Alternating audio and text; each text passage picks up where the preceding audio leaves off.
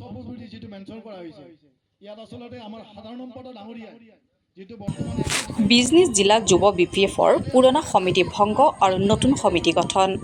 চিৰাং জিলাৰ বিজনী মহকুমাৰ অন্তৰ্গত বল্লমগুৰিৰ গাৰোবস্তিত বিজনী জিলা যুৱ BPFৰ এখন সাধাৰণ সভা অনুষ্ঠিত হয়।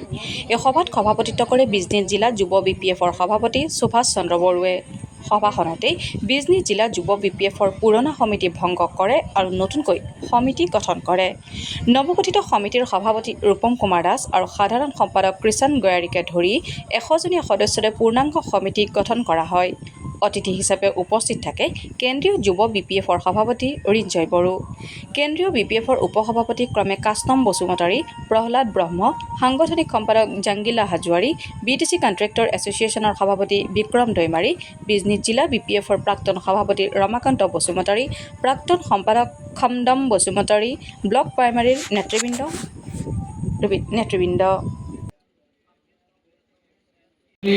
Affirm the faith and allegiance to the Constitution of BPF and believe in the ideologies, objectives and the principles of the party itself and have become a ইয়াতে কি দায়িত্ব আপোনালোকে ক'ব, প্ৰেচিডেণ্ট হ'লে প্ৰেচিডেণ্ট, ভাইচ হ'লে ভাইচ।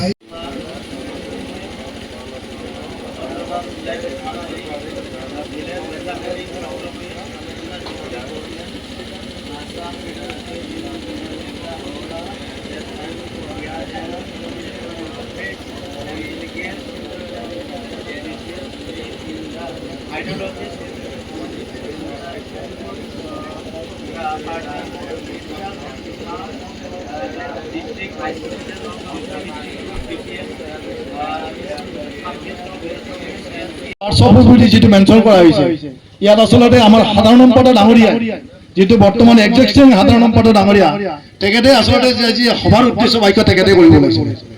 কাৰণ মই এই সম্পৰ্কে অজ্ঞাত যে মই কি ক'ব লাগে, যে হোৱাটছআপ সম্পৰ্কে ক'ব লাগে না সাধাৰণ সম্পৰ্কে ক'ব লাগে, এইটো মই বিচাৰিছোঁ।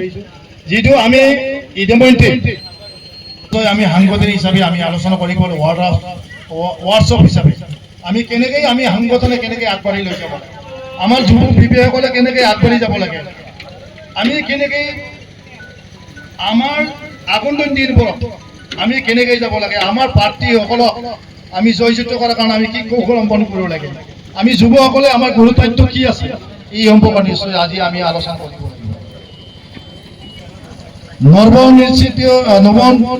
আজি পুৰণা কমিটি যিটো মানে সমজাই দিব লাগিব, এইখিনি দায়িত্বটো আগতে প্ৰথমতে আমি আচলতে কৰাটো উচিত হ'ব। যিহেতু আমাৰ